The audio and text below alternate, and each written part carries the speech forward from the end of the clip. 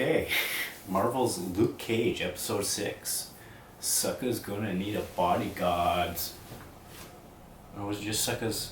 Suckas need bodyguards, that's what it's called. Wow, after last episode, which I kind of really didn't like, it was just kind of slow, boring, dull. But this one, I really kind of liked here. It really kind of starts out really good. I really like how they're telling this story, and the more and more ways they're cleverly trying to get the message out to you about how much he is eventually getting loved by the people. So they open it up with Luke running around jogging and doing his thing, and it kind of felt a little Philadelphia-like, you know. So yeah, there's a radio show in Harlem, and they're talking about Luke and how he's good, and only the everybody in the neighborhood and everybody that knows him think he's a great guy, but the people that don't know him are the haters. Well, isn't that just kind of all of life for all of us in a sense? Anyways, the plan was for Cottonmouth is that he got Raphael. What the heck is Raphael Scarf, Detective Scarf, to get the guns for him, but Scarf tries to stick Cotton for 100 large, and starts making fun of Cottonmouth, which was just not somebody you just make fun of, and shoots Scarf with his own gun. Shoots him once in the leg, once in his stomach, and gets away after somebody sees something's going on, but not enough to identify him really. After that, he talks to the counselor of Harlem there, his cousin, and Purple has to helps him Cotton figure out how do we kill Luke Cage? Do we drown him? Do we poison him? You know, little things that are not guns. It's very interesting because I wonder if any of these plans are going to be implemented in the future. This is episode 6, so yeah, it probably is, because I got 7 more to go. So yeah, eventually the counselor even tells Cotton that you have to kill Raphael, or Detective Scarf, and he realized, yep, he's got to do it. So he puts the word out on the street, and we eventually get to a scene where we meet Claire from Jessica Jones and also Daredevil.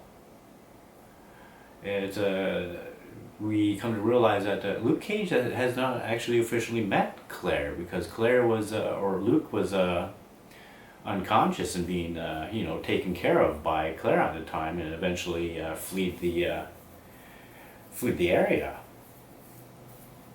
But we eventually go back to the rest about what's going on with Raphael Scarf, because the cops are now looking at him. And with internal affairs, it seems like the police chief, or the captain, I believe, is really kicking ass and says we need to keep this internally, we need to keep this local in our area.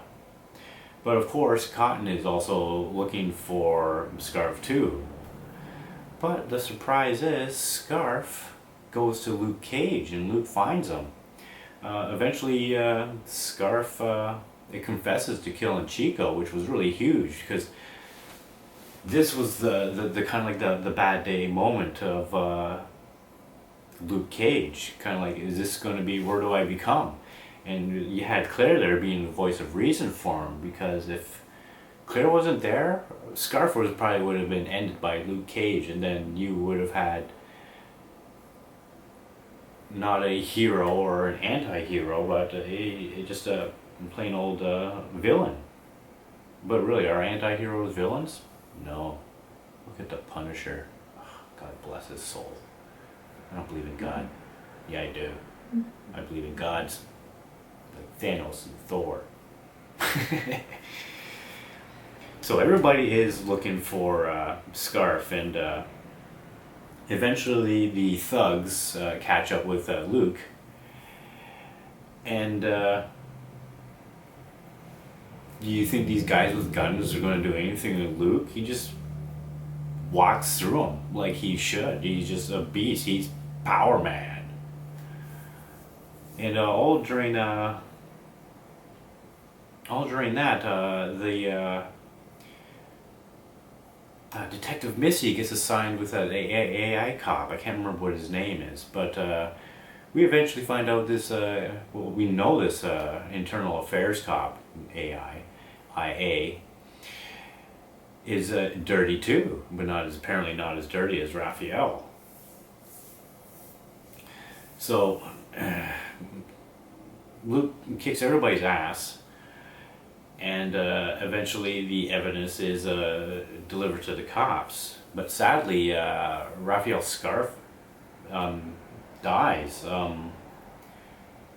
It was kind of a bad moment where they even talk in it. It's really bad that a corrupt cop was the one to piece together all of this bad things going on with the criminal organization and dirty cops.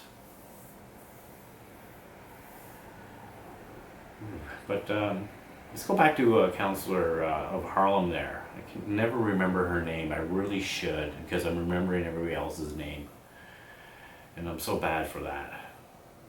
But she gets interviewed by the local media in Harlem there, and actually even confronted about her criminal ties with Cottonmouth. And basically brushes it off and tries to deny everything, innocent to proven guilty, deny everything. And so she does that and kicks the media out. But after they're closing up, the reporter comes back on in and says, how do you feel about your cousin being Cottonmouth being arrested at his club earlier today? And not much is really said. She's kind of more shocked. And at this point, I guess because it's a mid-season thing, and I guess with how storytelling's going, it kind of felt like there was a little bit of conclusion going on there. It it felt like a really good closing to how they're doing storytelling here. And the cool thing that was mentioned was that since Cottonmouth has been arrested,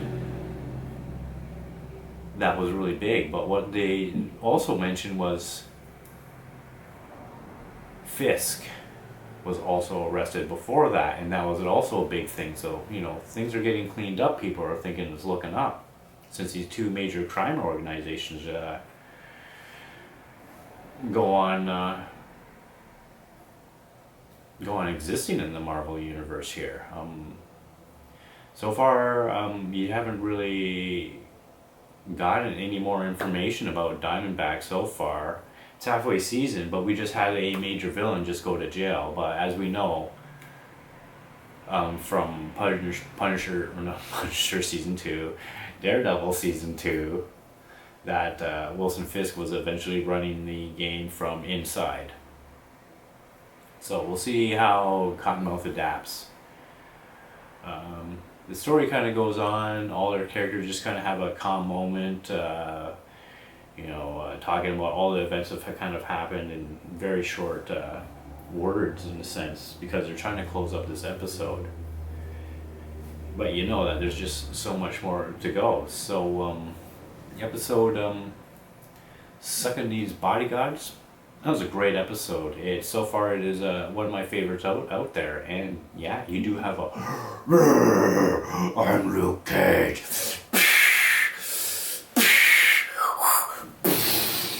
Yeah, it was that good. I am Jay, leader of ChannelJ.tv. And thank you for watching the Host Retro Horror Review Show, a host clip. Thank you, and have a good night.